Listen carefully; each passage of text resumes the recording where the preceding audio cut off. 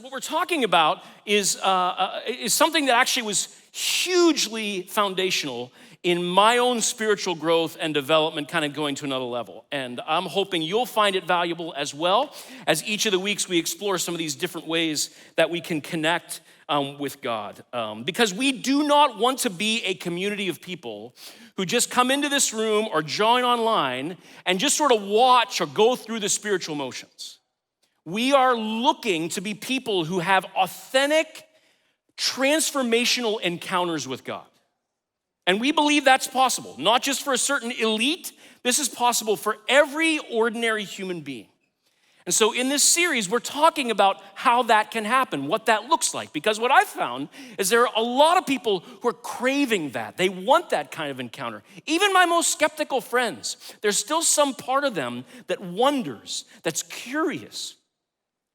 But for whatever reason, they feel frustrated. They don't feel like they can actually connect with God. They're not sure what they should do. They're not even sure what this all means. And so we're getting very practical in this series, talking about the ways that people have been connecting with God for thousands of years. There are things that we see in the life of Jesus himself. And then we're learning to experiment with some of them on our own. And kind of at the baseline of this whole series, a verse that's kind of the foundation for things, comes out of the New Testament book of James, James chapter 4, verse 8. It's a simple little verse, but so profound. It says, "Draw near to God, and he will draw near to you."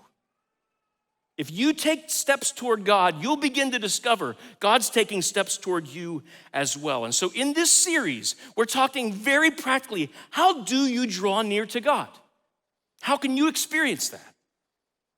And I'm glad you're here for it. Now, some people would say, oh, I draw near to God in worship. When they're singing and the band's going, my hands are in the air and I'm singing at the top of my lungs, that's when I sense nearness to God. Other people, they'd say, boy, when I'm sitting and I hear a message that brings some fresh new insight, or I'm studying or reading some book that gives me some new perspective that I'd never learned or heard before, I love that. That really brings my spiritual life to light.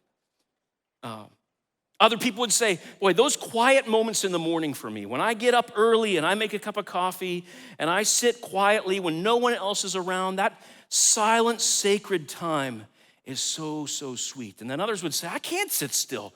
It's when I'm out helping people, when I'm at a food pantry or I'm serving. Man, when I'm helping other people, there's some joy that I experience, a nearness to God.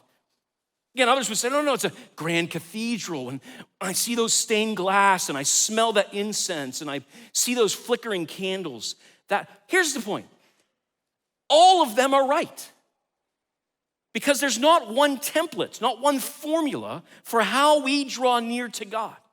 There are different ways of sensing his nearness or his presence or drawing near to him. And when I first learned about this 20 years ago, it was revolutionary for me. It opened up this whole new world of ways to engage with God and to enjoy his presence. That's why we're talking about this, doing this summer. The bottom line is two words, two F words, actually. The first is freshness, and the second is freedom. See, we're doing this to find ways to continue to bring freshness to our relationship with God. Because no matter who you are, we all get into ruts. Any relationship does. It gets into routines and ruts where you begin to take things for granted, where the things that were once really special have since become routine. They're still good, they're still helpful, but they don't have the same impact they once did. And so learning about other ways that we can draw near to God can bring some fresh life and energy to our spiritual experience. It's kind of like cross-training, right? For those that want to get in shape. I don't know much about this personally, but I hear that people who work out will intentionally sort of jumble up their exercises, do very different activities that may even be unrelated to the sport that they might be particularly interested in. But somehow there's benefit just from doing something out of the ordinary to bring fresh energy and uniqueness to the experience. That's what we're learning, to help keep ourselves out of spiritual ruts. But it's not just about freshness, it's also about freedom. Because some people I know, they want so desperately to connect with God, but they feel so guilty because they feel like they can't do it in the ways that other people do. I mean, they walk into this room and they see the worship happening and people with their hands in the air, and they're like, that's so uncomfortable for me. That's not me. I'm not expressive like this. If anything, when I'm in an intense moment, I kind of come down tighter like this, not hands in the air, right? Or other people, they'll hear someone talk about spending a whole weekend praying, like going on a prayer retreat. And you're like, how do you even do that, man? I can't do 3 minutes without losing track. Here's the thing. When you understand there are different ways of engaging with God, it sets you free to be able to lean into the ways that might be a more natural fit for you.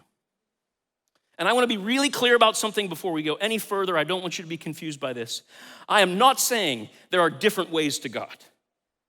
We come to God through Jesus. He said, I am the way, I am the truth, I am the life. We come to God through Jesus. But we can experience that connection or nearness with God in different ways, different styles. Like I said, when I learned this 20 years ago, game changer for me, because I heard speak the author of this little book called Sacred Pathways. It's a pastor named Gary Thomas, and he actually walks through 9 different sort of temperaments or styles in which people connect with God. And if you want to go a little deeper in this, you want to read more specifics, learn a little bit more of the language or some of the history, and then further biblical study on this, this is a great little book to pick up if you want to dive into that. What we're doing is we're taking a lot of these concepts, sort of synthesizing them together into a slightly shorter series and learning the truths that we can find here in ways that we can all apply and experiment with over the course of the summer and then well beyond. And last week, if you were here, we started off talking about one of the most popular, most common ones, particularly for those of us who live in the Northwest, the pathway of the naturalist, it's called. For the naturalist, there is nothing sweeter than getting into creation and letting themselves be just overwhelmed with awe and reverence at God's creation in the world. Many of us in this area, I experienced it a little bit this last week. We had some family in from out of town, and I've lived here for 12 years, but I've done very little over in the North Cascades National Park. It's kind of like the little brother to, Rainier in the Olympics, So finally, my parents were here. I'd like, let's go somewhere I haven't been yet. And just a couple hour drive up, I finally went to Diablo Lake. Have you been to Diablo Lake? This is 2 hours from where you and I are sitting right now. Some of you even closer online. What's wrong with you people, right? How did I miss this? I'm standing on this vista, and I just pulled out my phone to take this picture. There's no filter on this whatsoever. And it wasn't even all that sunny a day, quite frankly. But there's something about that water that just has that turquoise color unlike anything I've seen anywhere else before. And I stood there on that overlook with the wind blowing back my beard because it's really windy there, and just in awe. Crayola didn't come up with that color, God did, It's incredible. And so I was able to savor that. That's that naturalist pathway. I sense God in those places. But today I want to talk about a couple others that can be maybe a little less natural and even harder for us in this world. They aren't so much about turning outward and observing what we see. These are more about turning inward a little, reflecting, meditating, withdrawing, slowing down. And just like some people sense the nearness of God when they see Rainier out like it was out yesterday, there are other people, they feel nearest to God when they're in the solitude of a silent place all by themselves. Quiet space. These are known as sort of the contemplative pathways, these more reflective approaches. Drawing near to God with silence and solitude, putting aside distractions, maybe even intentionally denying ourselves certain things as sort of an expression of devotion and worship. And just like all of us would benefit probably to get outside, all of us would benefit from slowing down and simplifying. Because if you noticed, life continues to get louder and louder, doesn't it? It's a cliche to complain about it. It's just the reality, though. In fact, I found a friend sent me an article talking about this in a very, very measurable way.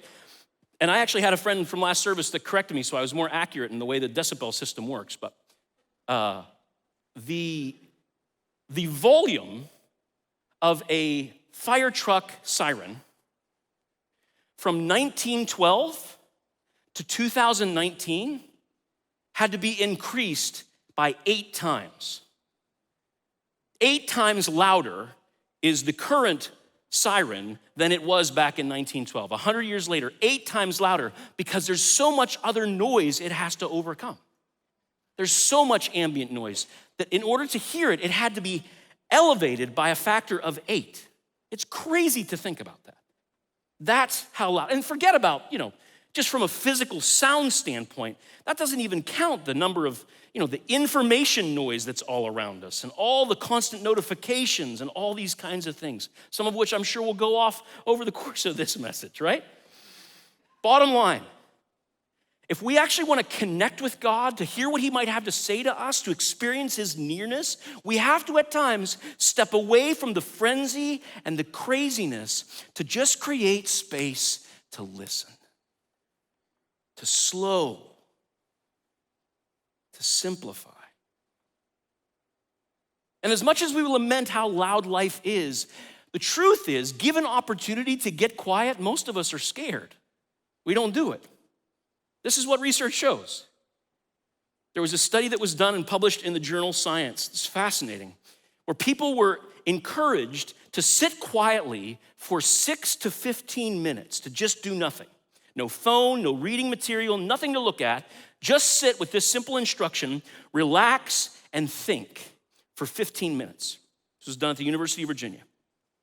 In one study, people were given the option to push a little button that would administer a mild but painful electric shock to themselves, rather than sit through and do nothing.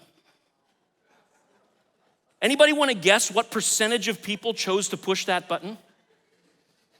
Almost half. Almost half the people in this study. A little more detail at the lower level here. Only 1 in 4 women pushed the button. 2/3 of the guys pushed the button. And I don't know what that says, guys. You can take that and process it however you want, right? That's how badly we would rather inflict electric shock on ourselves than sit in silence. Is that crazy to anybody else? And maybe it's only crazy until you realize, wait a second, I guess I don't do much of that, do I? I wonder why. Or when I've tried it, it's been so hard, I quit. Slow and simplify. And when you look at the lives of people of faith throughout the generations, almost all of them you see so evident throughout their lives an intentional strategy, an intentional rhythm, routine of this kind of simplification and slowing in their lives. Back in the Hebrew Bible, we read about an Old Testament group of people called the Nazarites. There was a set of vows, promises that could be made called the Nazarite vows to simplify their lives in radical ways. And as a way of connecting with God, they would promise to never do these 3 things in their lives. They promised they would never cut their hair in any way or shave in any way. They would never touch a dead body, never come in contact with a dead body, and they would never drink a single drink of alcohol. They made that pledge before God. And some well-known people from the Bible, if you're familiar with the Old Testament, the prophet Samuel had taken the Nazarite vow. Samson, the great famous strong guy, remember the long hair? That's because he was a Nazarite. John the Baptist, Jesus' cousin, he also took the Nazarite vow. Never cut their hair, never drank alcohol, never came in contact with a dead body. They intentionally denied themselves certain things as a way of connecting with God. Now, I don't currently know any Nazarites. I'm trying to do my part with the beard thing here, but that's about as far as it goes.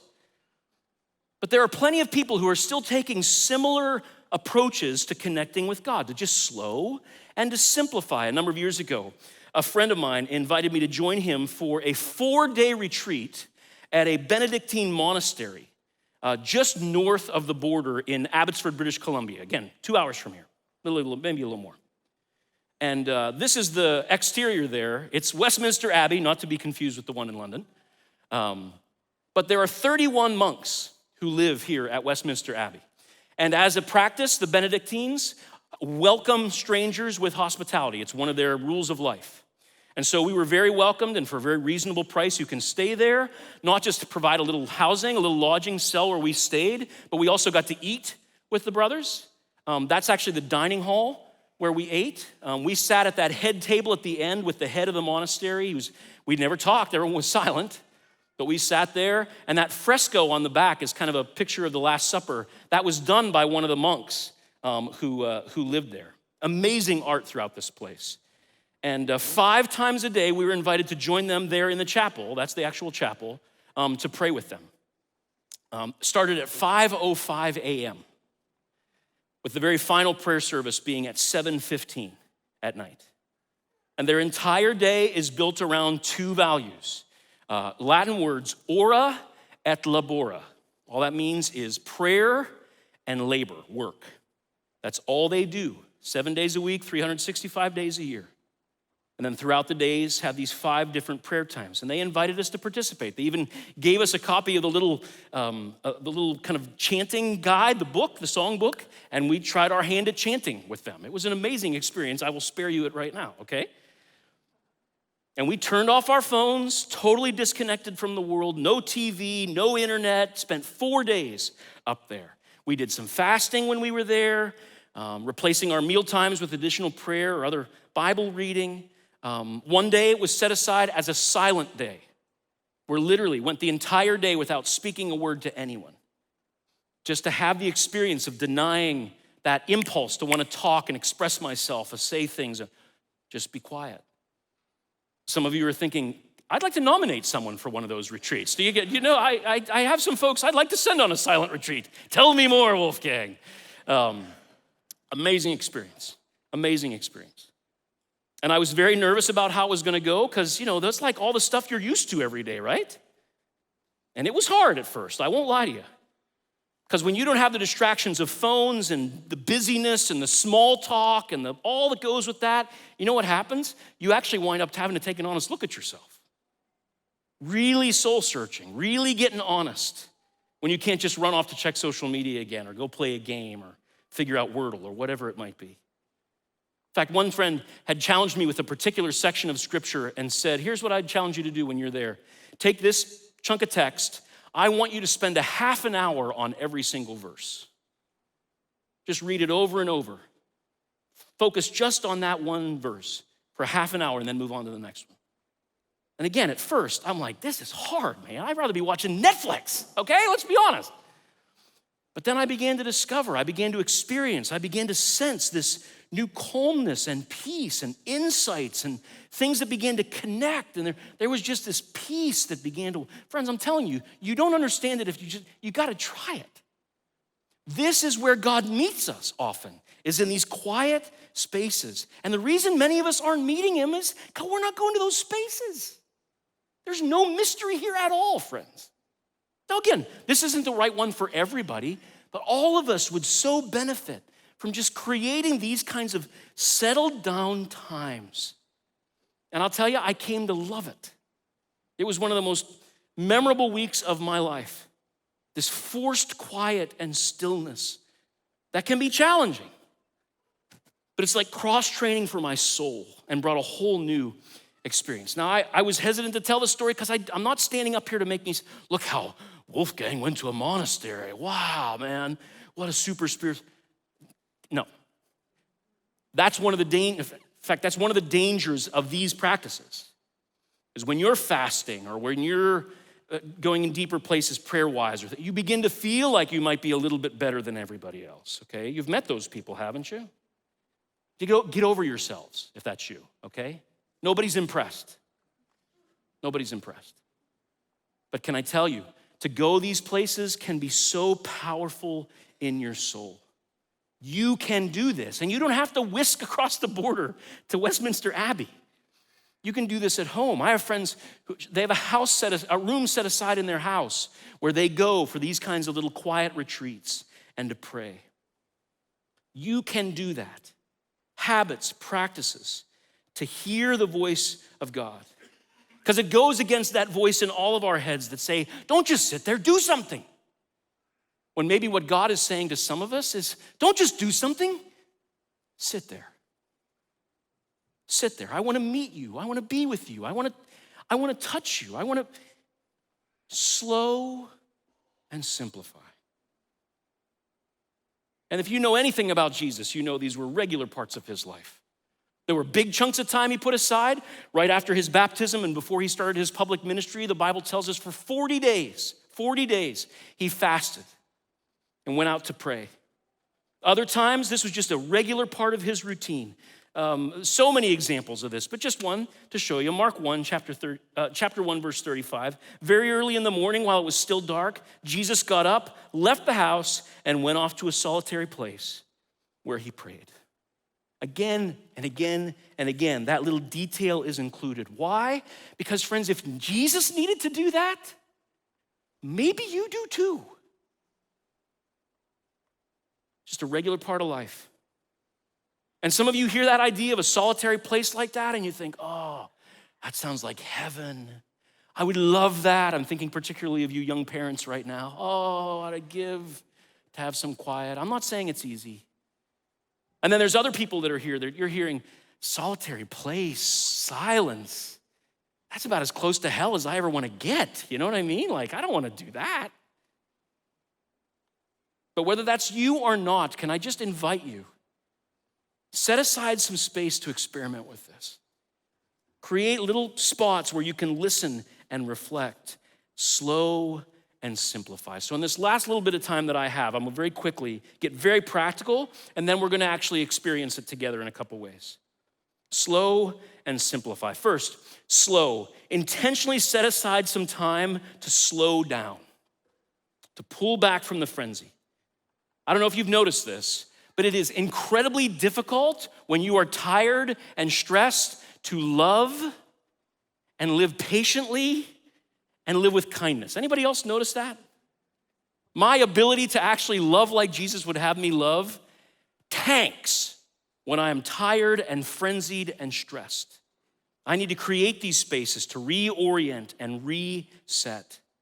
A mentor of mine always used to say, he's developed 3 habits that have been essential to him. He'd say, divert daily, withdraw weekly, and abandon annually. Divert daily, withdraw weekly, abandon annually. Take some time to just be reminded of God's presence. It could be something simple like the Verse of the Day app, that little Bible app that we always talk about. That's what it's called. It's called YouVersion if you search for it in your app store. Simple little thing. I've set it up so that, let me ask you this. What's the first thing you do when you wake up in the morning? You know what I do? I reach for my phone. Am I the only one? Oh yeah, okay, well I'm the only one then. So here's what I do. I'll tell you about it then.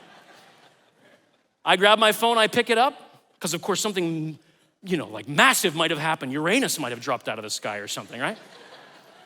And I look, and the first thing I see on my home screen is a verse.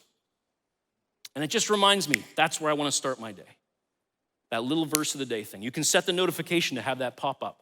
And then just to take a second, because I'm old and I have to go to the bathroom, to just take a second to just think a little bit about what that verse, like for instance, this last week, one of the verses that came up is Philippians chapter 1. It said, this is my prayer, that your love may abound more and more in knowledge and depth of insight, so that you may be able to discern what is best and may be pure and blameless for the day of Christ. I just lay there for a second. I thought, you know what? God, I want my love to abound more today than it did yesterday. And there's some stuff I'm thinking about. I need your discernment because I want to discern not what's good, but what's best in your eyes. So I'm asking you to help me with that today, God. And boop, off I went to the bathroom. But that simple little thing just helps calibrate and remind us. Just a moment with him like that. Even if it's just a little. Divert daily, then withdraw weekly. We talk about Sabbath around here. That's the spirit of the whole sabbatical thing that Scotty's on right now. Pull away from work and rest. Do something that refreshes you. For naturalists, go for a walk in the woods. Enthusiast worship types, put on some music, whatever it is. Others, read a book, whatever it might be. So, divert daily, withdraw weekly, and abandon annually. I've got a friend, he was just talking about this. He and his buddies that are in a life group together, they go camping every year together. And that's their time to pull away. They spend some time by themselves. They spend some time together. They either camp, they borrow somebody's cabin, they use, timeshare points and go someplace, but they just spend that time thinking about their lives with Jesus together. In fact, to be honest, part of the reason I told you the story about the monastery is because I need to go back there. I have missed it, and I've made excuses for why I can't go and can't get away and can't go and can't get away. And part of telling you the story is kind of accountability to say, by the end of the year, I want to be there again. So that's part of what you guys are my accountability partners on that, all right? You onliners too, I need your help, okay? Because I need this stuff. I may be the only one, but my soul needs that kind of refreshment. To not do something, but to sit there and be with him. Divert daily, withdraw weekly, abandon annually. Another great app, I'll just give one last quick one here, because focus is sometimes hard for some of us. There's a great app called Lectio 365 that I use often. It's like the first thing often I'll use when I come to work. Pop this thing open, it's about 10 minutes. It's like a guided prayer thing, and they read it out loud, and they've all got really cool accents, so they sound super smart. And it's just pacing and thought, and kind of sets the table for the day, and then there's one at the end of the day that I, very often, Lori and I, last thing before we go to bed, we'll turn that on and just listen to it. If you struggle to focus, this could be a helpful tool. Or maybe it's taking a passage of scripture and just simmering on it, kind of reading it over and over, seeing how it speaks to you. This is the biblical practice of meditation. And the Bible talks a lot about meditation. People get all excited about it. This is not some empty your mind and let whatever in. This is filling your mind with God's truth and allowing him to work in you. The psalmist, the very first psalm says, "Blessed is the one who does not walk in step with the wicked, or stand in the way of the sinners, or sit in the company of mockers, but whose delight is in the law of the Lord, and who does what? Who meditates on his law day and night. That person is like a tree planted by streams of water, which yields its fruit in season, and whose leaf does not wither. Whatever they do prospers." Any withery leaf people in the room? What would it look like to just connect with him in this way? Some people are like, "Oh, I can't meditate." I heard somebody say, "If you can worry, you can meditate." It's the same thing.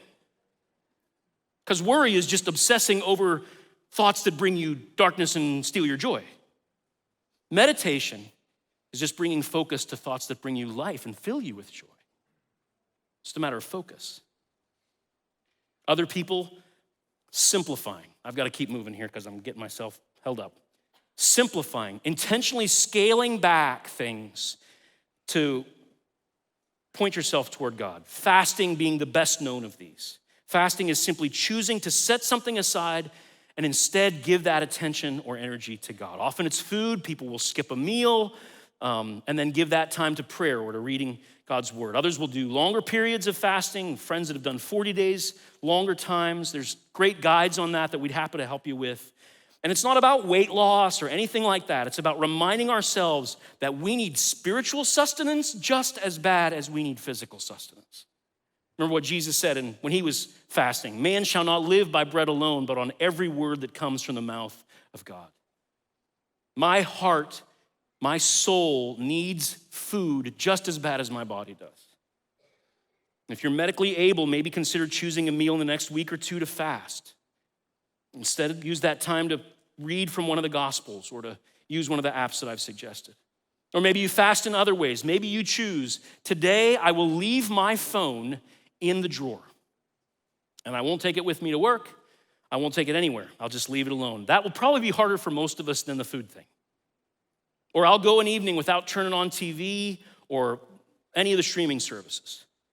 I know one pastor, he decided to never take his phone with him when he goes to the bathroom. Because he just wants to focus, I guess. I'm not sure, but But it's this idea of not being distracted. It's just focusing in. That might be something to consider.